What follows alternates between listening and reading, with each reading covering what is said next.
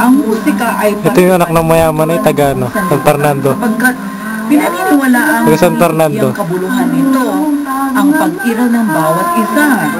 Subalit Mayaman. lahat ay biniyaan ng matinyas at magandang boses. Yun bang tipong Lea Salonga ang dating?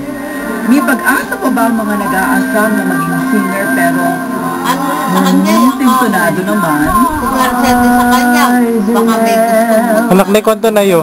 Ni Lisel, yung nag-aral nung patay yung kwan. Yung namatay yung nilibing. Yung nilibing yung kamag-anak niya yun, yung kumanta. May talentong katulad mo. Pero maraming nanonood sa atin na may talento. Yung pinunta natin sa baryo na yun.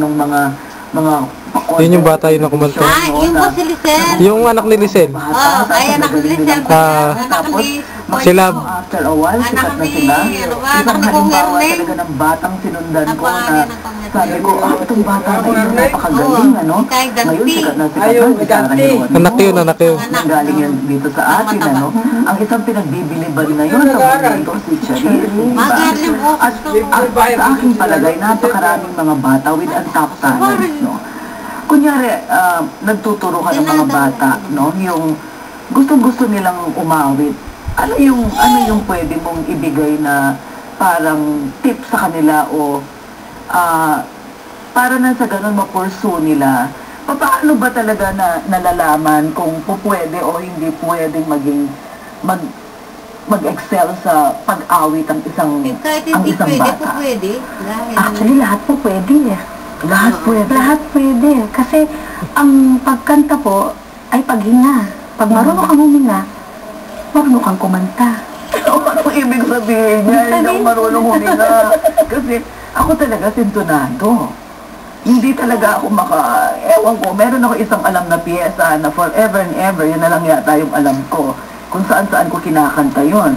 Kinakanta ko yun sa ibang bansa, kinakanta ko sa kung saan-saan conferences. Bilib na bilib naman yung mga nakikinig sa akin ng mga foreigners kasi hindi nila alam ang tono. Okay?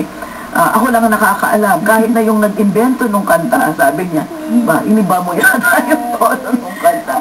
Pero ako nagugulat sa sinasabi mo.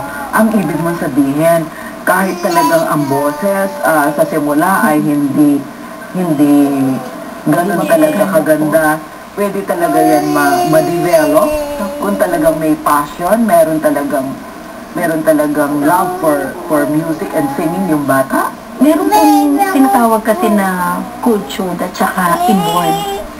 Yung inborn, katulad po kami, bata pa kami, naririnig namin sa mga magulang namin na nasa tono na sila.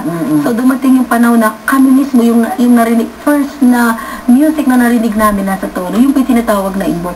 Yung cultured, yun yung inaaral mo. Kasi ang boses po, it's a human instrument. Di ba ang piano, pwede mo siyang itono, pwede mong